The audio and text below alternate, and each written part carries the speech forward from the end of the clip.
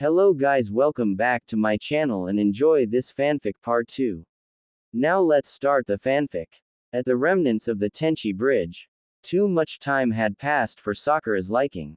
How much time had passed exactly, she didn't know.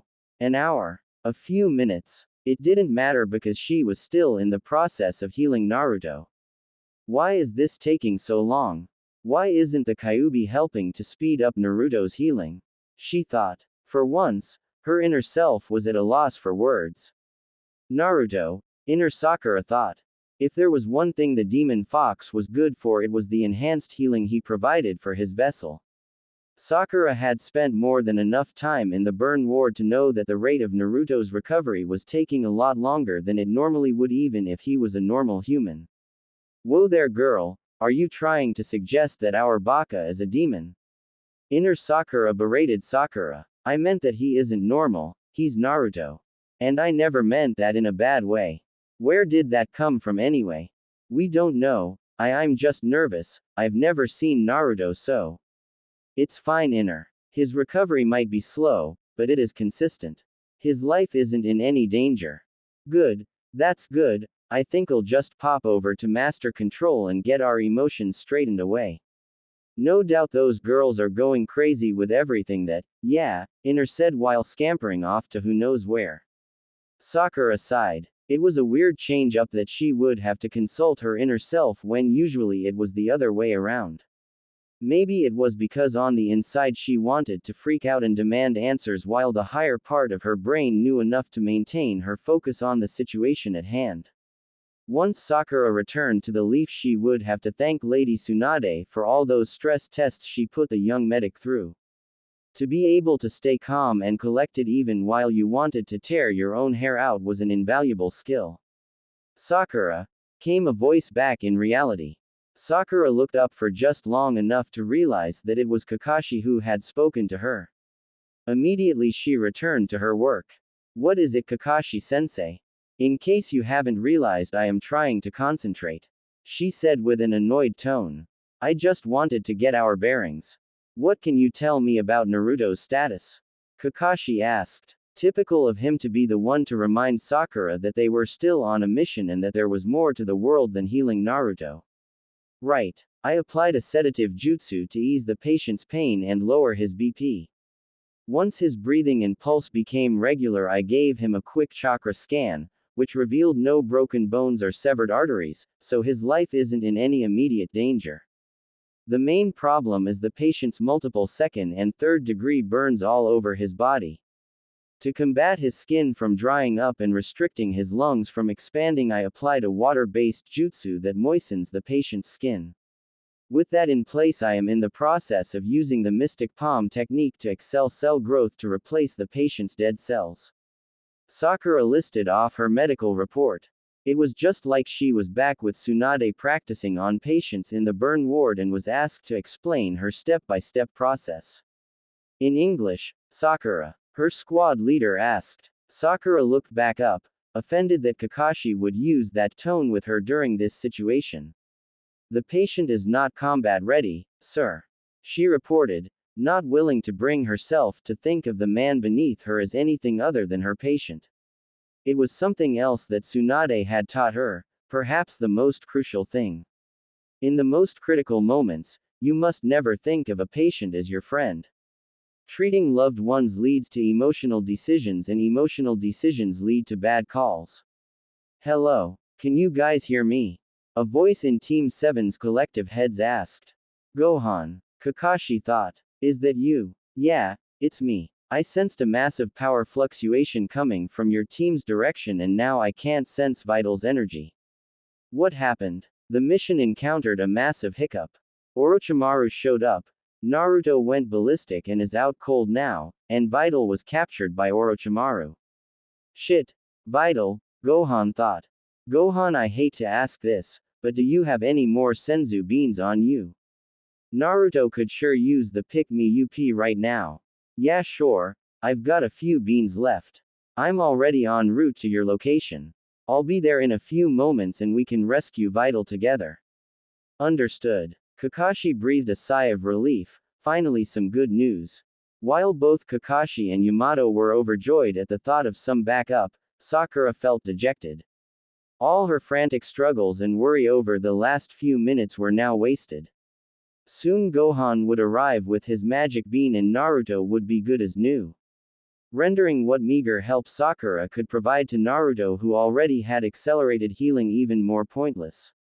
What's wrong, Sakura? Kakashi asked. Captain Yamato. Sakura said. The Anbu captain perked up at the sound of his codename. That jutsu you used to seal Naruto. Could you teach it to me? The girl asked. I'm afraid that is impossible.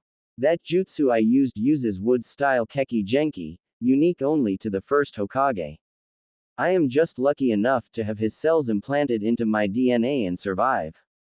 Thanks entirely to our very own snake friend. Sakura frowned. Just how far did that bastard's influence go to ruin other people's lives? It's part of the reason he was chosen to join us on this mission, Sakura. Kakashi commented. It's always like this, huh? Sakura asked. The two Junin raised confused eyebrows. The only things I can do for Naruto are so small and insignificant. A single tear ran down the girl's face, finally let loose. Sakura, no, don't you think that? Don't you ever think that? Yamato stated, much to the surprise of Kakashi. What you did today, what you are doing now, is invaluable not only to Naruto, but to all of us on the team. Sakura looked up, a glimmer of hope ready to show itself on her face. We never would have stopped Naruto if it wasn't for you. And we sure as hell wouldn't be able to provide the medical care for him that you are doing now. Yamato pointed out. Besides, it's not about the size of what you can do for Naruto, but your feelings behind it. Yamato wisely stated. Sakura, even I can tell that you truly care for Naruto. Yeah, no shit Woody. He's only our boyfriend and the love of our life. Inner Sakura stated. Nice to hear that you are back to normal. Sakura thought. Yup. Good as new. Inner Sakura pounded her chest the way Naruto would to show that she was ready for action. Thank you, Captain Yamato. Sakura sighed in relief. Just then Naruto began to stir and Kakashi could see a flying silhouette on the horizon. The remnants of Team 7 were sprinting around the mile-wide crater created by Orochimaru and Kyuubi Naruto's battle. At least 640 acres of forest were wiped off the map like a giant finger had descended from on high to smudge the spot of land into dirt. To the initiated, such as Kakashi and Yamato, it was just another battle scar upon the land, seen a million times over during the course of the last war. For Naruto, it was a sobering reminder of the terribly awesome power he possessed deep within himself, and that was not a flattering thought. Such destruction happened because he let the seal slip. Just a single crack in the barrier was all the fox needed to erode Naruto's thoughts and send him on a rampage. That wasn't the worst of it though. Naruto looked to his Sakura-chan, who was also looking at the destruction he had caused. Her face held a kind of frightened awe. But even that wasn't what troubled Naruto the most. It was her back, or at least what was on her back before Gohan had given her the Senzu Bean. The back of Sakura's vest was torn to shreds. Even now Naruto could still see the outline of claw marks. Not even Naruto was so dim to not put two and two together. Sakura-chan, I think we should stop seeing one another. If this is about the nine-tailed fox, I already told you it's fine. No, Sakura, it's not fine. Sakura looked back at her boyfriend. He never called her just Sakura if wasn't being serious. Kakashi and Yamato looked back at the couple, wondering if they should intervene now and delay their talk or waste time now sorting it out and have the whole team be focused. Sakura decided for them. Kakashi-sensei, Captain Yamato, could you give us a minute? We'll scout ahead. Wrap this up quick, you two. Kakashi warned. He and Yamato poured on the speed, giving the couple some privacy. Sakura wanted to keep talking while they kept sprinting, but Naruto had different ideas. He leapt down to the ground and waited for Sakura, who had to sprint back towards him. It's over, Sakura. Naruto looked at his feet. No, Baka, it isn't. Sakura walked up to her idiot boyfriend to give him a hug, but he stepped back. Sakura, I can't. I hurt you. he frantically shouted, on the verge of pulling his hair out. You didn't mean to, Naruto, it was an accident. She softly said. It was a mistake. No, not a mistake, it was bigger than that. I almost got you killed. He sputtered out. Naruto. Sakura felt tears running down her cheeks. I was angry. So angry, at Orochimaru that I wanted to hurt him. And I tapped into the fox's chakra, and I let him in, and I lost control. And Sakura, I hurt you. Naruto, you didn't. The claw marks on your back. Don't you dare tell me I didn't do that to you. Naruto's own tears streaked down his face. You didn't mean to. I'm the Jinchuriki to the nine-tailed fox. It's my responsibility to keep the demon fox at bay and prevent stuff like this from happening. If you're around me, the fox might hurt you again, he choked. Sakura stepped closer, but Naruto grabbed her shoulders and held her at arm's length. I couldn't bear it. I couldn't bear it if I ended up hurting you like that again. I can barely bear it now after it's happened. And if next time I kill, he couldn't even say it. He was hyperventilating. His knees were weak. Sakura took this opportunity to step closer and wrap her boyfriend in a hug. This time he didn't pull back from her. Naruto felt his cheek pressed close against the back of Sakura's head. A part of him felt bad for getting tears and snot in her hair, but the rest just wanted to relish the feeling of her soft hair pressed against his face and the feeling of her arms draped around him in a gentle weight. Now the hug felt tight, too tight. Sakura had brought the blonde idiot in as close as possible with her chakra-enhanced hug. The two of them could actually hear Naruto's spine cracking. Sakura-chan, too tight. Too tight. It hurts. He wheezed out. Good. It should hurt. You stupid, lame-brained, dim-witted, dumbass, idiot, baka of a dunce. She sobbed. Her own tears and dripping down Naruto's backside. All at once her grip loosened to a much gentler hug with just enough iron grip to ensure that the clueless boy wasn't going anywhere. You're always pushing yourself too hard, making me worry about you, and then you say you think it would be better if I wasn't around you anymore. How do you think that makes me feel? Naruto couldn't respond. Leave it to Sakura to be the brains of the relationship. It hurt worse than when I crushed your ribs just now. I said I was going to stand by your side through thick and thin until the end. Did you think I was just saying that? That was my promise of a lifetime to you. Sakura cradled her head in the crook of Naruto's neck. Sakura-chan. You are not the demon fox. You are Naruto Uzumaki. Say it. I'm Naruto Uzumaki. Louder. I'm Naruto Uzumaki, ya know. Damn right you are, Shanaru. And I know for a fact that Naruto Uzumaki would never hurt me. So if I have to wrestle with the Kyuubi every time he gets past your seal in order to be with you, well, you tell that damn fox that I'll take him on anytime, anywhere. Neither of you are getting rid of me that easily. Naruto was crying even louder now. He couldn't help it. God damn, he did not deserve someone so amazing to be so devoted to him. You remember when Iruka gave us that speech at the end of the second exam of the Chunin exam? He said you needed to improve your heaven or your brains and I needed to improve my earth or body. Naruto chuckled. How could I forget? I guess that makes us earth and heaven, right? He smiled for the first time since waking up to see Sakura kneeling over him. Yeah, it does. I consider you to be my sunshine, Naruto. And if you're my heaven, then I'll be your earth. I'll be the thing that keeps you grounded and lets you rest your weary body. At this statement Naruto laughed out loud. What's so funny? Nothing, it's just, you certainly put a lot of thought into this. No wonder you're the brains of this operation, Sakura-chan. It's what I love about you. Well, one of the things anyway. Baka. I'm the brains because you are such an idiot. Yeah, I am. I'm sorry.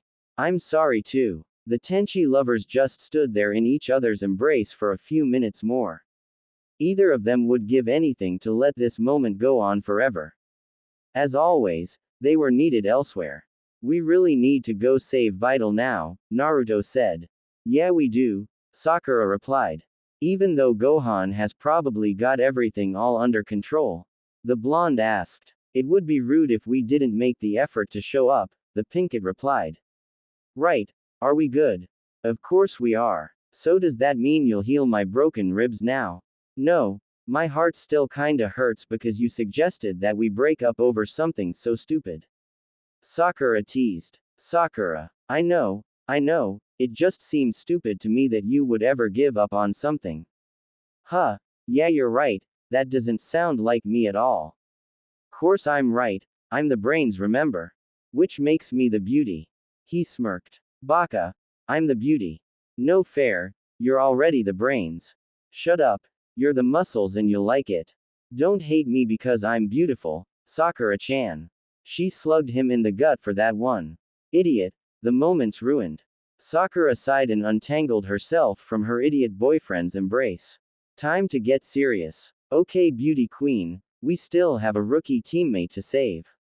Let's go. Sakura ordered. Yes, ma'am. The two of them sprinted off into the trees with a renewed vigor, each feeling lighter than ever before. Tsunade was in the process of gathering the paperwork necessary to assemble a task force consisting of a company's worth of ninja to hunt down a duo of Akatsuki members that had been spotted in the Fire Country. She was halfway considering asking Gohan to join the Leaf's forces for Thisenment when she heard a knock at the door. Before she could even reply, Naruto burst through the entryway, much to the displeasure of the Hokage's apprentice and secretary. Baka, you can't just go barging in like that. Sakura scolded, trailing right behind the blonde. Relax, Sakura-chan. Granny said it was urgent, so I'm sure she was expecting us. Naruto said with easy-going grin on his face. Tsunade couldn't help but smile too at the thought of what was about to happen. It's fine, Sakura. At least this time it is. Next time I'll throw you out the window if you barge in here again unannounced. Tsunade casually threatened. Sure thing, Granny. So what is it you wanted to see us for? Is it some awesome new mission? A priestess that needs escorting? An old enemy nation of the Leaf come out from hiding that you need us to go preemptively tromp? Whatever it is, I'm ready for it. Naruto said, getting excited. Sakura could only shake her head at her boyfriend's childish antics. Which, while endearing and something she loved, needed to be distributed in small doses.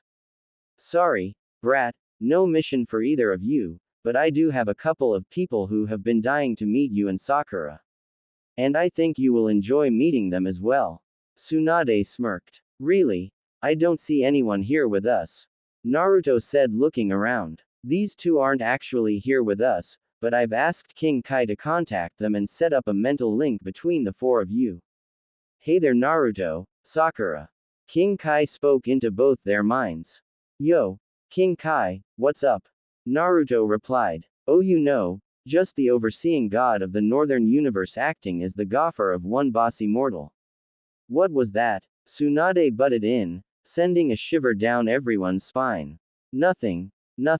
King Kai hastily replied. Whipped. Naruto said. Shut up. Look, I've got Minato and Kushina waiting on the other line and I've got other things to do. So Naruto, grab Sakura's hand and the both of you close your eyes. You'll want to get a good look at these other two. The two shinobi nodded and did just that. As soon as they closed their eyes, the bright and sunny room seemed to turn pitch dark immediately.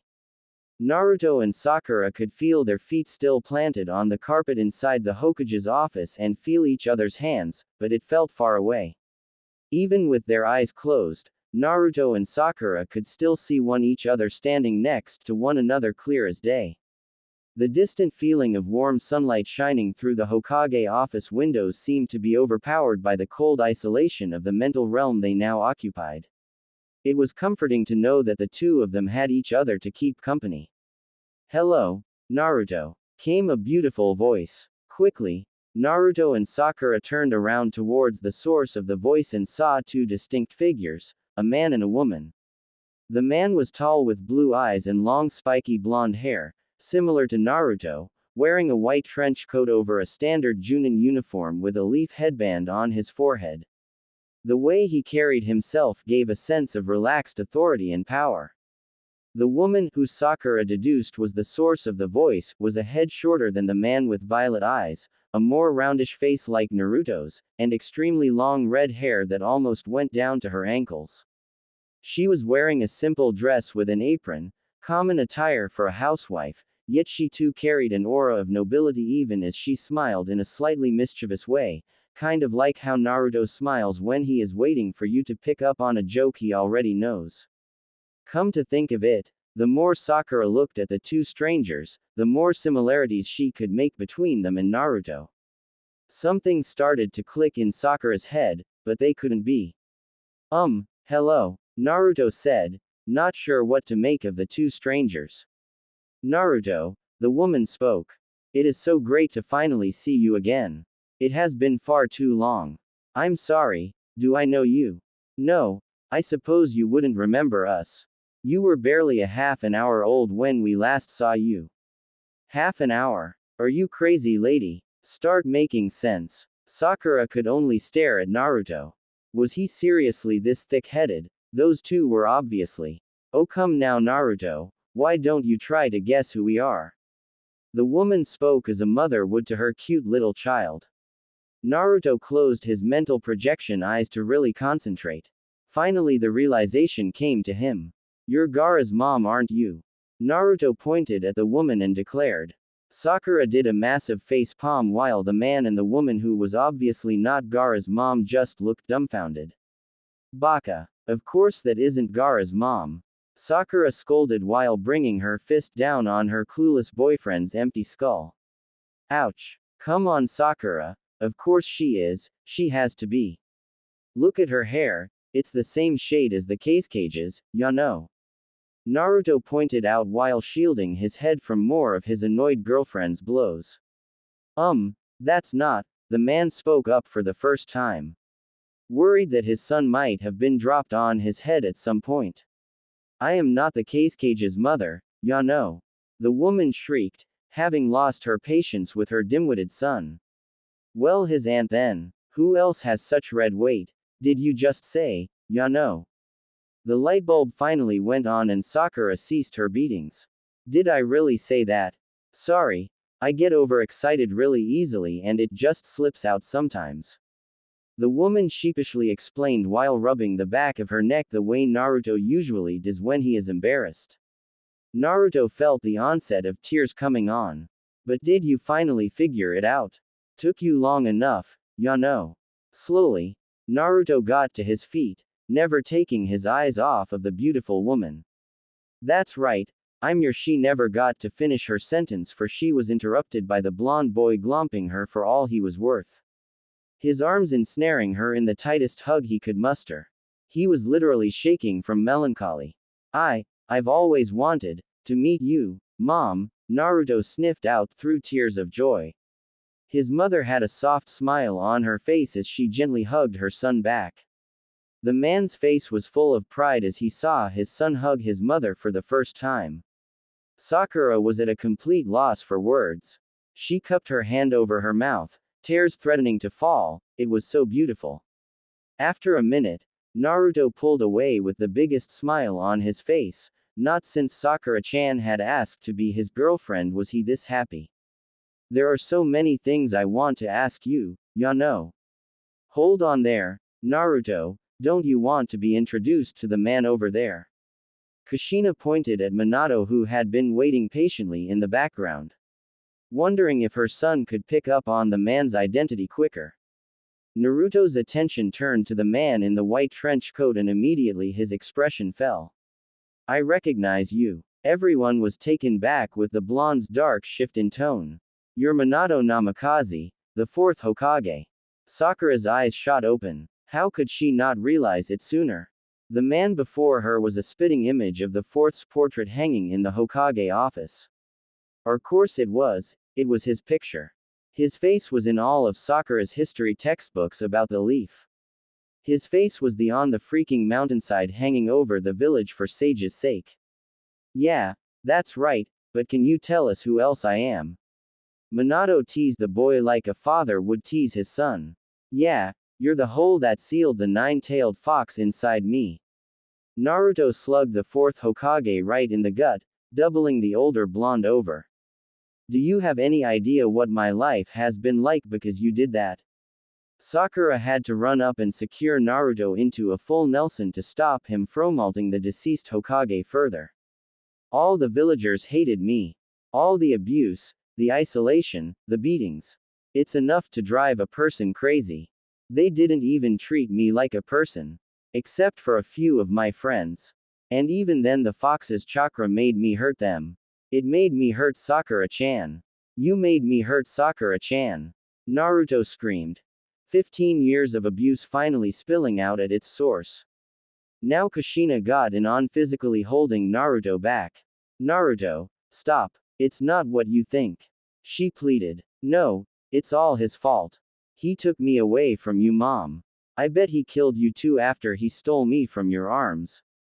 Just so that there would be no one alive to tarnish his reputation when he sealed the demon fox inside a random baby boy. That's enough, ya know. Kushina pounded her son's head in harder than Sakura had ever done, slamming the boy head first into the floor. Everything grew quiet. I didn't use a random baby boy, Minato wheezed out. I would never ask a parent to make a sacrifice I wouldn't be able to make with my own son. This got Naruto to look up in astonishment. What? He's saying that he is your father, dumbass. Sakura huffed out, her patience spent after holding back Naruto during his well-justified temper tantrum. Her hands were on her knees as she stood over Naruto, while Kushina had retreated to Minato's side to check on him. Yeah, and holy crap. That means our hubby is the son of the fourth Hokage. That makes him like royalty. Inner Sakura raved. Everyone's gaze turned to the fifth apparition to appear in this mental conversation. Who looked exactly like Sakura, only with more curvaceous features. Just went from an A to a 9.5. Inner Sakura said mostly to herself. Excuse me, who are you? Minato asked. 9.5. Why not a 10? Naruto inquired. Inner, what are you doing here? Sakura shrieked. Inner Sakura ignored everyone's questions and chose to focus on Naruto. Yeah, 9.5, we haven't gotten a look at the hardware yet. Inner Sakura winked at the blonde. Gotta think long term when it comes to these sort of things. Although, length isn't everything. She gave a sultry giggle towards the increasingly uncomfortable boy. Okay, none of this. Get out, Sakura shouted while pushing her inner self away from the group. Oh come on, I want to meet the in-laws. And Naruto was gonna learn about me sooner or later. Well, not today. God willing, not ever. Sakura berated before giving her inner self a final push that caused the pink-haired mental projection to fade from existence back into Sakura's subconscious. Sakura sighed in relief before remembering that she had an audience. She turned to look back at the perplexed faces of the reunited Namikaze, Uzumaki family. Hi, she squeaked out while giving a tiny wave. I'm Sakura Haruno, Naruto's teammate and, you know what? You guys probably have enough catching up to do, so I'll just see myself out. Sakura offered without actually knowing how she was supposed to leave the black void. It's fine, Sakura, really. Kushina laughed. We know that you are dating our boy and it's because of that reason that we wanted to talk to you. Minato also offered a reassuring smile. No, I shouldn't. This is a private family moment and I shouldn't be. Sakura-chan. Naruto interrupted. It's okay. I don't mind you being here in the slightest. Naruto's ear-splitting smile warming Sakura's heart, giving her the reassurance she needed to walk back towards the Namikazes. Tentatively, she sat down next to Naruto and started healing his various head injuries, even if it was pointless since they were both mental projections, she did it subconsciously. Minato and Kushina both got into their own sitting positions opposite the young couple. Minato was the first to speak. Obviously there is a lot we need to clear up between the four of us. I'm Minato Namikaze and this is my wife, Kushina Uzumaki. Minato gestured towards his wife. It's an honor to meet you, Lady Kushina. Sakura bowed towards Kushina. Then she subconsciously cursed herself for addressing Lady Kushina first before the Lord Hokage. Worse yet, she had spoken to Naruto's parents before he could. Stupid. Oh please, you don't have to act so formal, Sakura-chan. Kushina waved off Sakura's embarrassed look. Just Kushina is fine. Right, Kushina. Sakura smiled in relief. She had begun to remember who Kushina was from obscure history scrolls she had read. She was Kushina Uzumaki, the red-hot-blooded habanero. There were rumors of her betrothal to the fourth Hokage, but at the time of his reign, the Leaf had just won the Third Shinobi World War against the Rock Village, and such relationships were usually kept hidden to deter revenge-seeking ninjas from hunting down loved ones. Uzumaki, so that is where my name comes from. Naruto spoke up. Sakura once again cursed herself for getting in the way of Naruto learning about his own parents. Yes, I come from a rather infamous ninja clan from the land of whirlpools. Kushina explained. The reason you wouldn't know about them now is that they were wiped out long before I was born. The surviving clan members scattered across the globe and integrated into whatever village they could find. I was just lucky enough to have been sent to the same village as Minato. Kushina dreamily sighed, nuzzling her head into Minato's shoulder as she reminisced about how they met. I always thought my last name was just a joke the old man third played on me. Like how my name Naruto is a fish cake ramen topping and Uzumaki is the pink swirl. Kushina burst out laughing at that explanation, and Minato couldn't hold back his chuckles either. Oh my god, Minato, that is what his name means, isn't it? Haha, why didn't we realize it sooner? And to think if we hadn't been dead set on naming him after that character in your perverted master's book. Kushina couldn't continue as she was overcome with another fit of giggles. I'm sorry, what? Naruto asked, perplexed. It's true. Naruto, have you ever heard of a novel called The Tales of a Gutsy Ninja? Minato asked, trying to massage his wife so she wouldn't pass out from laughing too hard. No. Well, it was one of the less perverted books Master Jiraiya ever wrote. Wait, Master Jiraiya, you were a student of the pervy sage? Kushina burst into another round of laughter at her son's perfect nickname for the Toad Sage. I was. And in the book he wrote, the main character was a strong, brave, and fiercely determined ninja who never gave up and vowed to end the cycle of hatred. We thought that by naming you in his honor you would inherit some of his traits and become a great hero. Sakura was speechless, it was all so much to take in at once. God knows how Naruto was handling all this information. Still, thinking back on it, Minato and Kushina had gotten their wish. Sakura had yet to meet a man as courageous and unshakable as Naruto. Wait, slow down. This is all too much to take in. Naruto vocalized Sakura's thoughts. Kushina, meanwhile, finally managed to pull herself together. You're right. We kind of did appear out of nowhere and are now dumping all this exposition on you. I know I'd be confused. Kushina admitted. Maybe we should let you ask the questions, Naruto. Minato suggested. Take your time, we've got all the time in the world.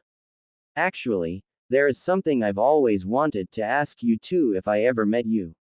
Mostly to Mom though. Sakura perked up at hearing this, already at the edge of her seat. How did you two fall in love?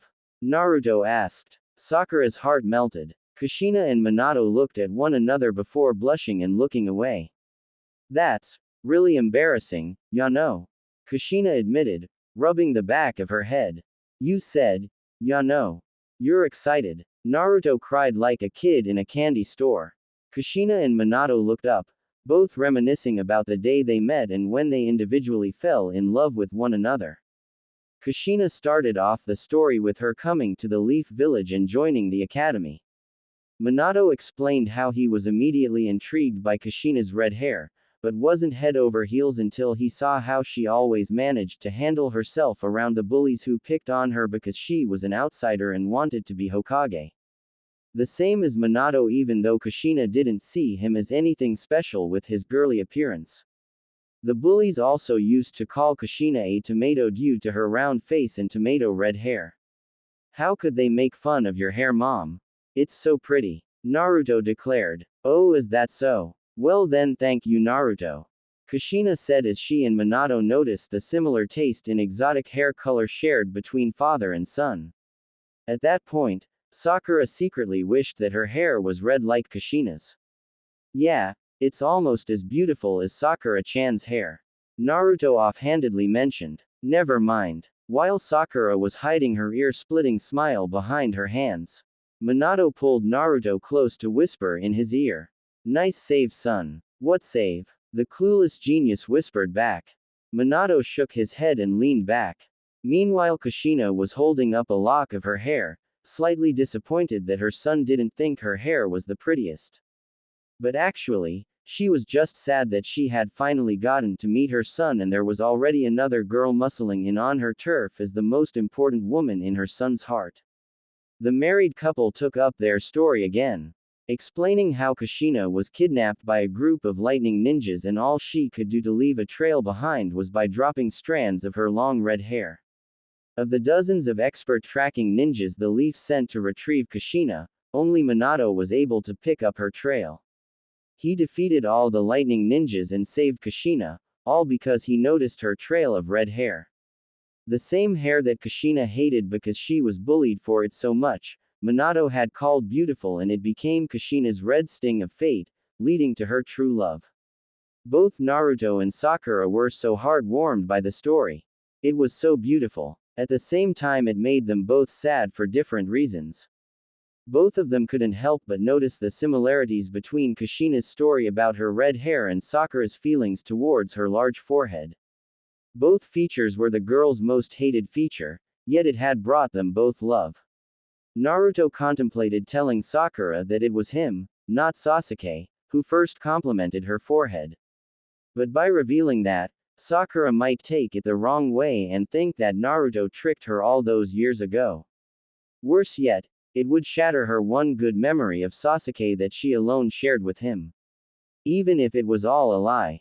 Sakura was thinking of how it was Sasuke who first complimented her forehead, yet died before the two of them had gotten a chance to properly date. Not that the deceased Uchiha hadn't turned down Sakura's every proposal for a date ever since he had complimented her forehead. He even rejected her outright confession before leaving. But all of that was because he was dead set on revenge against his brother. Surely if Sasuke had returned after his revenge was completed and the two of them sat down together, Sakura would have known for sure. No, Sakura thought to herself. I'm with Naruto now. Sasuke is dead and gone. I won't waver my love for Naruto by questioning what could have been. Besides, Naruto complimented my forehead too. It might not have been on the first try, but my forehead did bring me love. If you say so. Inner Sakura commented. Sakura shooed her to the back of her mind before she could manifest again.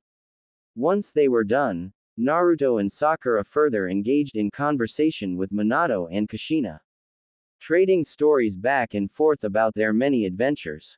Minato and Kushina already knew most of them from having watched Naruto from Heaven for all his life, but they took immense joy in hearing their son's adventures retold through his own words.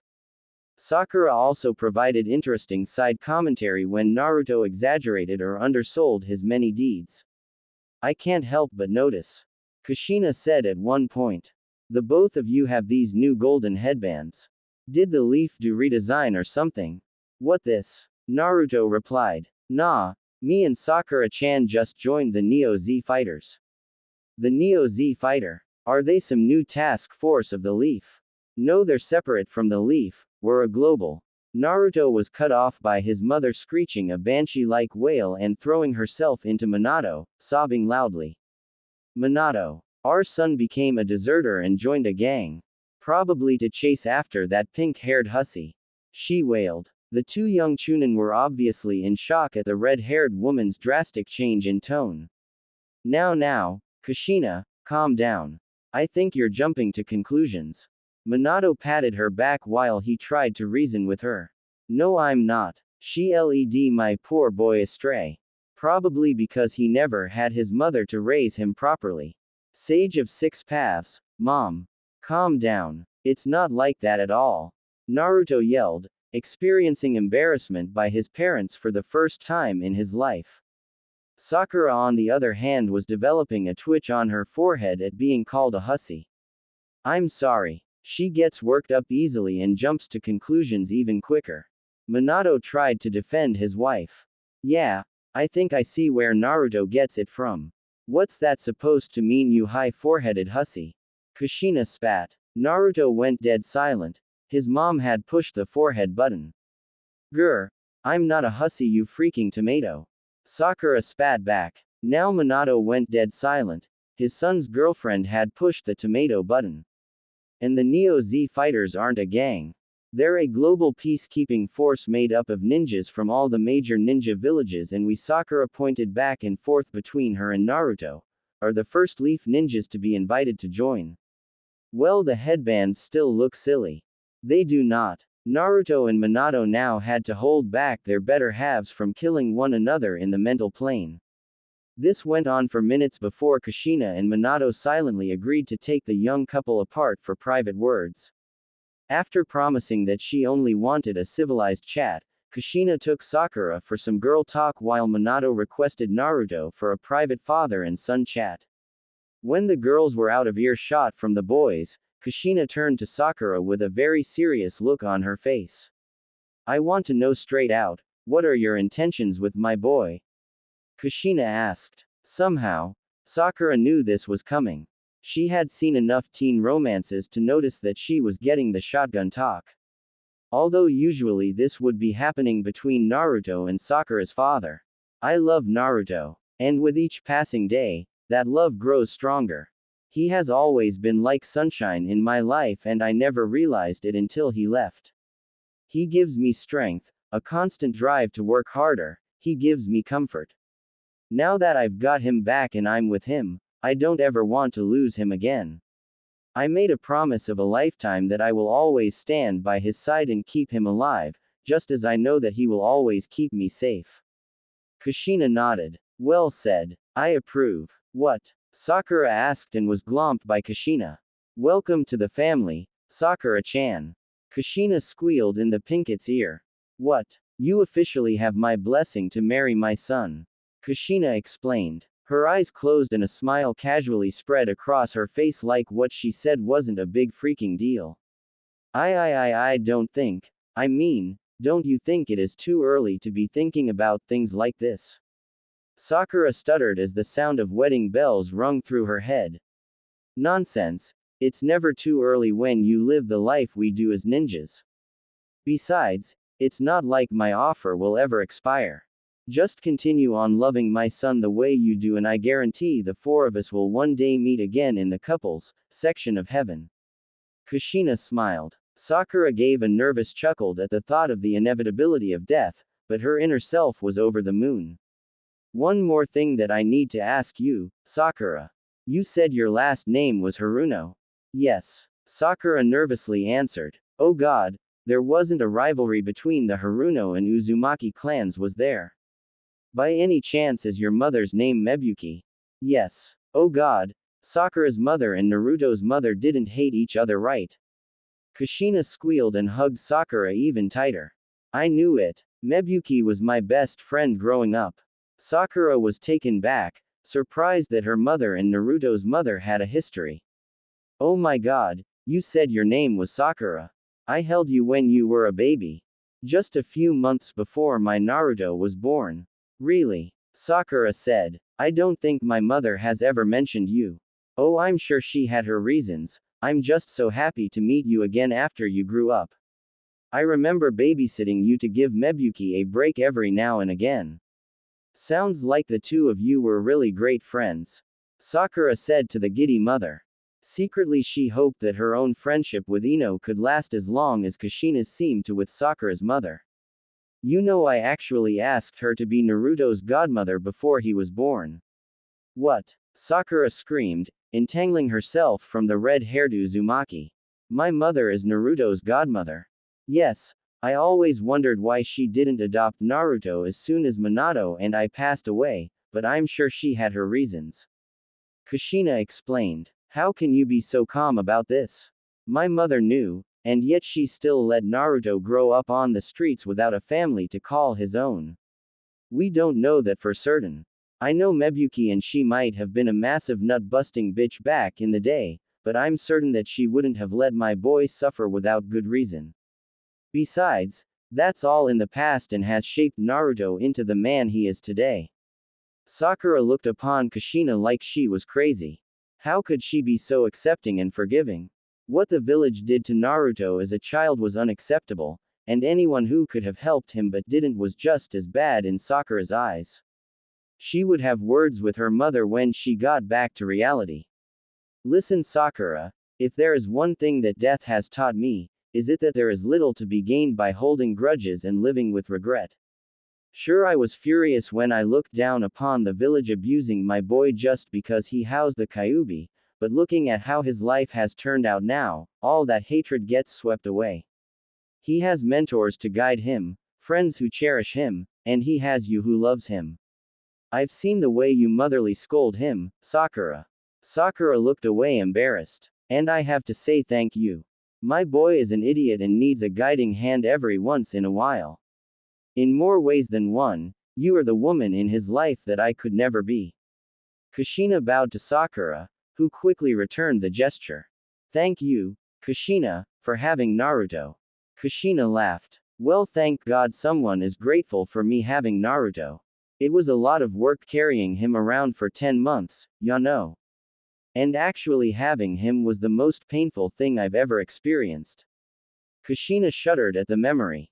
10 months. Oh yeah, I forgot to mention this earlier, I was the Jinchuriki to the Kyuubi before Naruto.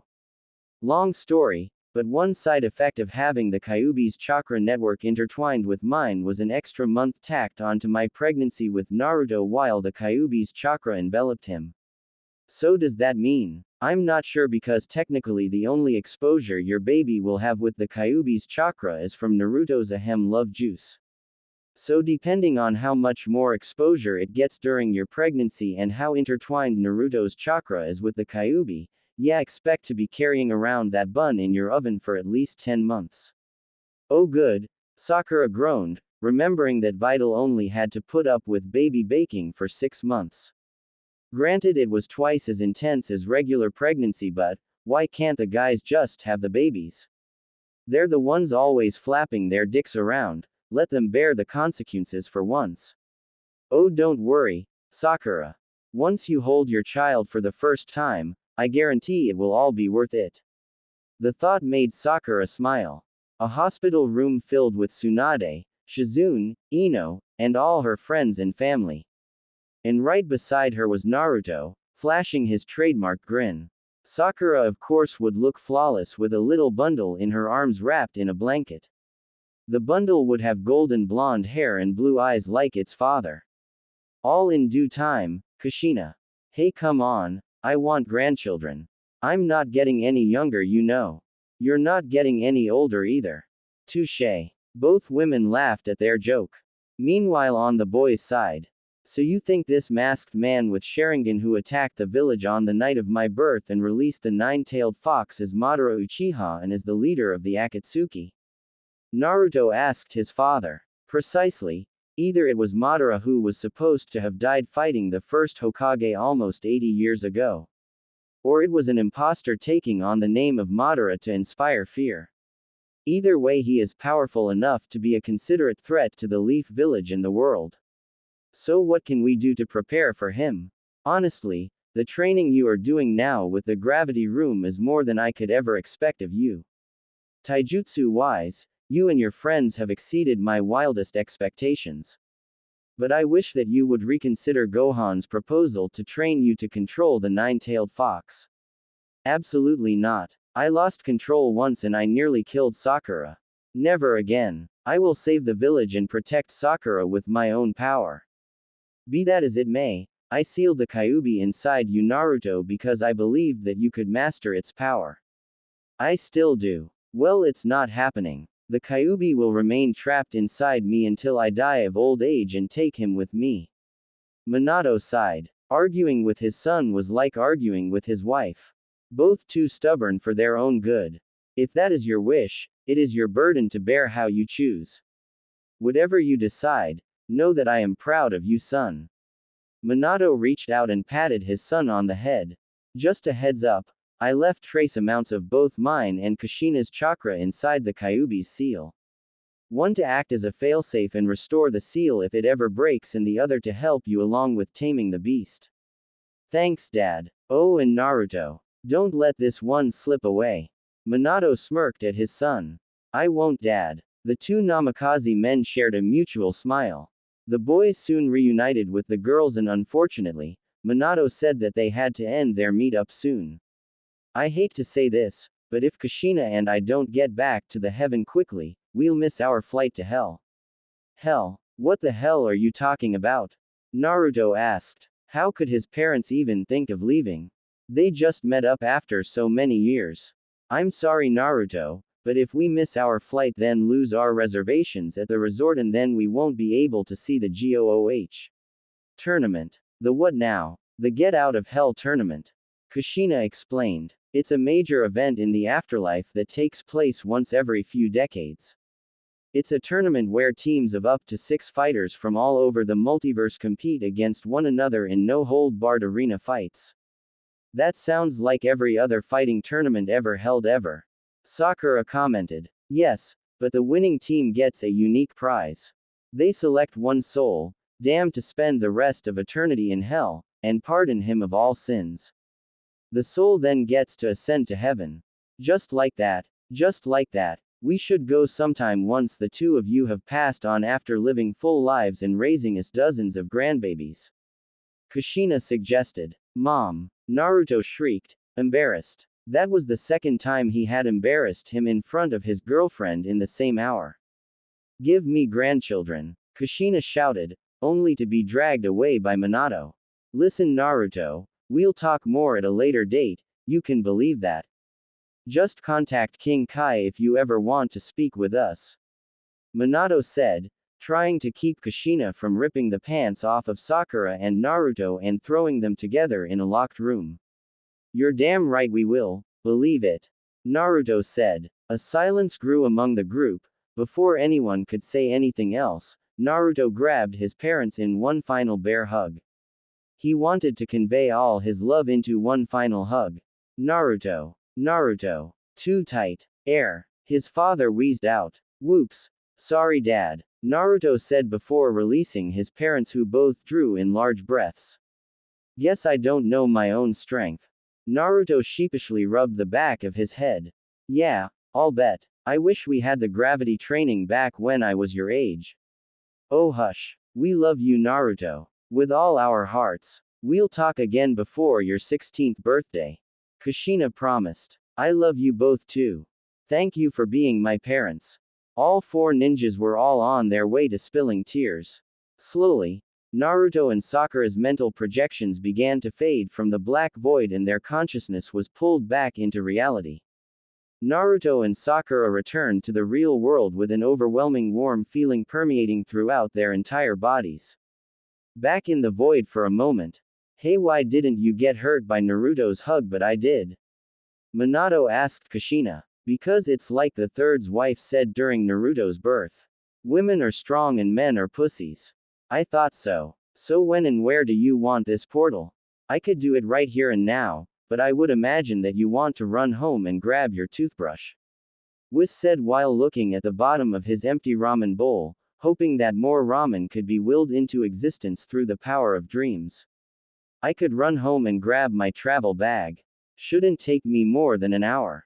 Sakura-chan, what about you? Naruto turned to his girlfriend with an excited look on his face. A new adventure was on the horizon and they needed to move quickly if they were going to save Sasuke's soul. I'm not going, Sakura said. Wait, what? Inner Sakura thought. Sakura-chan, I'm sorry, I must have misheard you. I said I'm not going, Naruto. Sakura shouted more clearly. I'm not going to hell to fight demons or whatever, and I don't think you should either. Naruto was taken back. Where was this coming from? Especially from Sakura of all people. Sakura-chan, what are you saying? This isn't just us going to fight demons, this is to save Sasuke, our teammate. Our former teammate, Naruto. Emphasis on former. He's dead now, remember? Yeah, I do. Naruto bit back. And I also remember that he is trapped in hell. being tortured as we speak for all eternity. And you just want to leave him there. This whole scenario was disturbing to Tsunade. Naruto never, and I mean never, yelled at Sakura with that tone of voice. Of course I don't want to leave him there. But this whole going to hell thing is just asinine. It's ridiculous. To go this far for anyone. I was always ready to risk my life to save Sasuke, and I thought you were too, Naruto said with a touch of sadness breaking through his anger. I was. But this is hell we are talking about. We'd be risking more than our lives on this journey, mission, whatever this is. And for what? Sakura threw her hands up. For Sasuke. Our teammate. For Sage's sake, Naruto. Can't we just forget about Sasuke for once? Forget about Sasuke. Yes. He's dead, alright. Dead and gone. He's no longer our concern. I understand that you made me that promise to bring Sasuke back no matter what. And I admire your dedication, I truly do, but this is over the top. There is no use helping the deceased, Naruto. The dead stay dead. The dead stay dead. Suan could remember telling Sakura those exact words when she began her medical training. It was more personal advice than advice to a fellow medic though. It was Tsunade telling Sakura not to chase ghosts like Tsunade had done for half her life. Better to move on from your failures than to dwell on them for decades until a certain blonde-haired idiot comes along and knocks some sense into you. The dead stay dead, Naruto whispered. What a load of horse shit. The dead don't stay dead, Sakura. We literally just met my dead parents an hour ago. That's different. How so? They were good people. And Sasuke wasn't. No, he wasn't. Sakura screeched, the dam breaking loose. He was a jerk so full of self-pity that he brought everyone around him down with him. You don't mean that. I do. I was just too blinded by my stupid crush on him to see it. But now that I think it over, yes, maybe he does deserve to rot in hell. Sakura spat, her chest heaving. Naruto looked upon her with a face of utter disgust. A jerk full of self-pity, huh? So I guess that means you think I deserve to rot in hell too. Is that right? Naruto asked. Sakura was taken back by his response. What? No, Naruto, that's not what I meant at all. But it is what you implied. You might not have realized it, Sakura, but I did want to bring Sasuke back for more than just your benefit. The blonde spat. I wanted to bring Sasuke back because I wanted to bring him back. Sasuke is like a brother to me, the closest thing I could ever hope to have, like the real thing. We're cut from the same cloth, him and I. So if you think he is a jerk full of self-pity over his tragic past, then I guess you must feel the same way about me. Naruto, no, that's not what I think at all. Or is it just that I'm alive and I'm here? And Sasuke isn't? Naruto questioned. What's that supposed to? Suan. Aren't you going to say anything? Her apprentice spat, hoping her mentor could come and save her. Tsunade had been patiently watching the argument unfold before her. It never seemed her place to butt in, but nevertheless. Tsunade sighed. Naruto, I agree with Sakura. This whole plan is asinine. You say you want to be Hokage, Naruto. Well, a Hokage's duty is always to his people, his living people. You need to learn here and now that a ninja who chases ghosts is of no help to anyone. And I am not about to allow any of my ninjas to go on a suicide mission to ease the suffering of a dead traitor. Tsunade said, trying her hardest to keep her Hokage persona going. Granny, you can't be serious. I'm being very serious, Naruto. I forbid you from going to hell. She ordered. Oh my, Whis spoke up. This is getting rather tense. The attention of everyone in the room returned to the god still standing in the center of it, trying to catch drops of ramen broth on his chopsticks. Just then, Gohan flew through the open window to join the Hokage's side. Sorry I'm late, Vital had severe morning sickness and who the heck is that? Gohan looked at the tall man standing in the center of the Hokage office with Anbu crouched in fear all around him, like he would kill them if they got any closer. Oh, don't mind them. They're just traumatized from coming back to life. The man explained as if he read Gohan's mind. I see. And you are. I am Whis, caretaker to Lord Beerus, the god of destruction. I see. Can you guys fill me in? I'm kind of lost. Gohan asked. Long story, Sakura began. But we found out that our former teammate Sasuke is in hell and this idiot Sakura gestured towards Naruto wants to travel to hell and enter some tournament to get Sasuke into heaven or whatever. And this one she gestured towards Whis says that he'll let Naruto enter after Naruto gave him ramen. Okay. You said hell right. Capital H, E, double hockey sticks. The women medics nodded. Naruto, that's crazy. Don't you start too, Gohan. No, I'm serious. Everyone who dies goes to the afterlife, right? If our dimensions have the same afterlife, then you won't just be facing the worst souls of your dimension, you could end up facing the worst of mine. I don't care, Gohan, I have to save Sasuke. If you don't want to help me, that's fine. No, Naruto, I do want to help you, I do, but this isn't worth the risk. Gohan pleaded. I should have known you all wouldn't understand. Naruto said. He then looked towards Sakura. You especially, I thought you of all people would support me on this. Naruto positioned himself in front of the window to take off. He turned back towards Whis. Can you open up the portal in an hour? I need to get my stuff ready. Sure thing, Whis said before disappearing. What? No, Naruto. Gohan cried. But Naruto was making his way outside the office window. Naruto, if you go on the mission, I will demote you to Genin. Tsunade threatened. Go ahead. Naruto didn't even look back. Naruto, if you leave, I will kick you off the Neo Z fighters. Gohan tried. Naruto untied his gold-plated headband and threw it on the floor. I preferred my old headband anyway. Naruto was just about to make the final leap. Naruto, Sakura shouted. If you leave, I won't ever forgive you. He hesitated, for just a moment. The orange ninja leapt out to the rooftops and sped off into the distance. Sakura ran up to the window and leaned outward. Naruto. Fine. Be an idiot, you stupid jerk. The pinkett screamed, her face betraying her true feelings, her cheeks were stained with tears. Tsunade turned to her useless Anbu guards. Follow him and don't let him leave the village no matter what.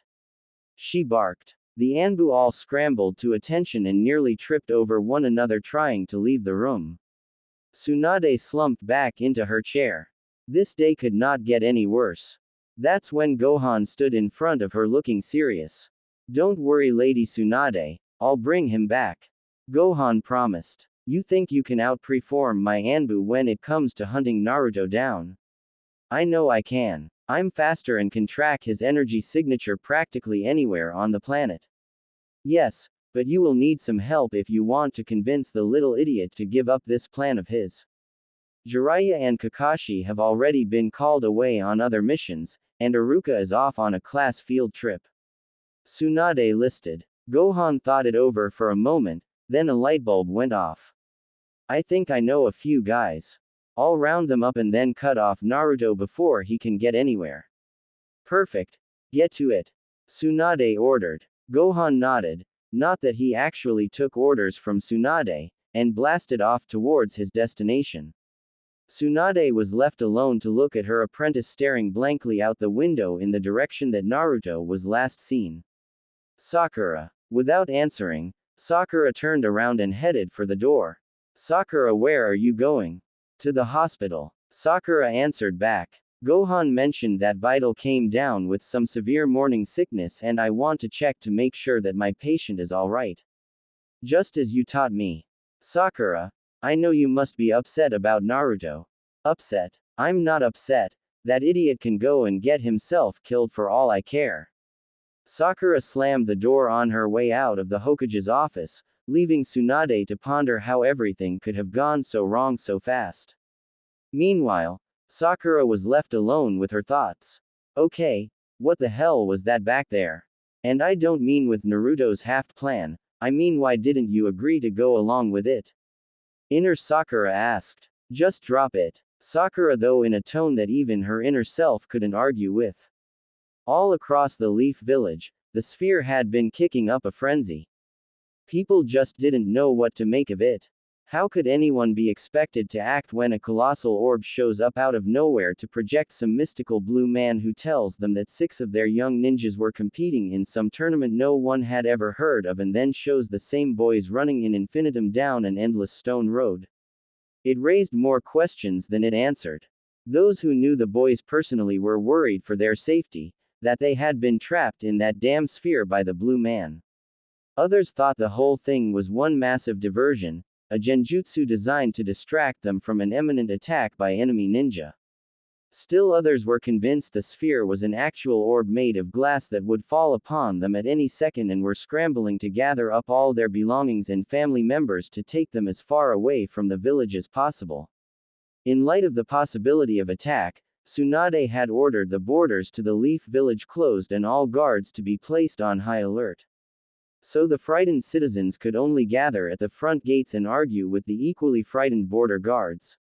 Tensions were growing high as some fearmongers began to suggest that it was the Kyuubi brat's fault, or even a direct result of Lady Tsunade allowing the half-breed Saiyans to join their village.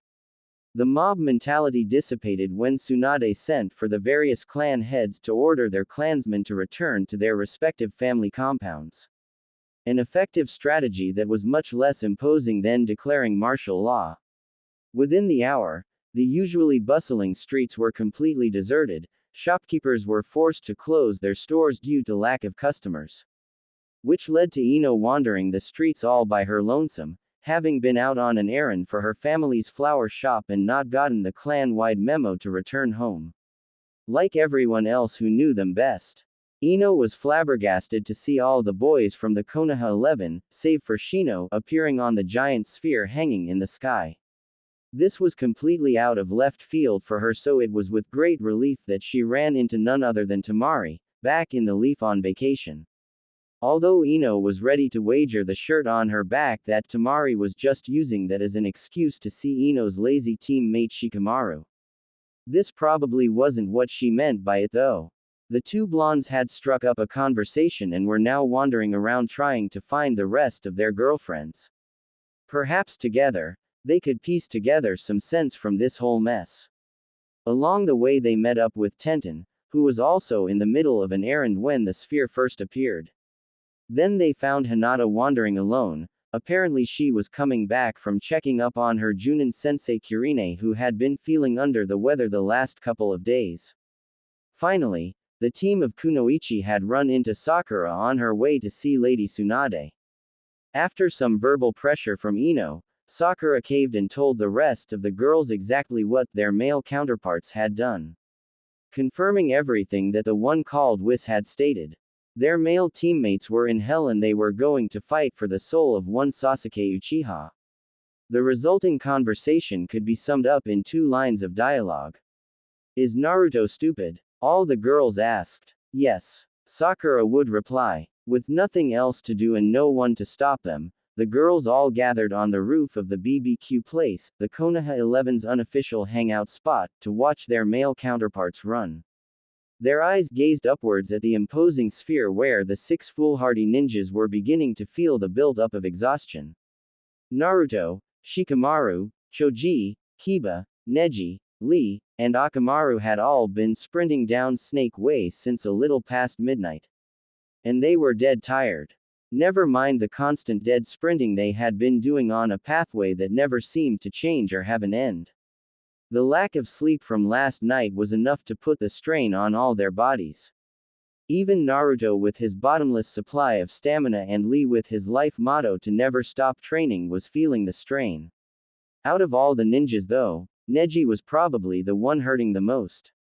He had designated himself to keeping a Byakugan-powered eye out for any kind of landmarks ahead of them. Something to let them know that they had made actual progress and weren't just caught in some otherworldly genjutsu. Considering that their intended destination was hell, it would be fitting.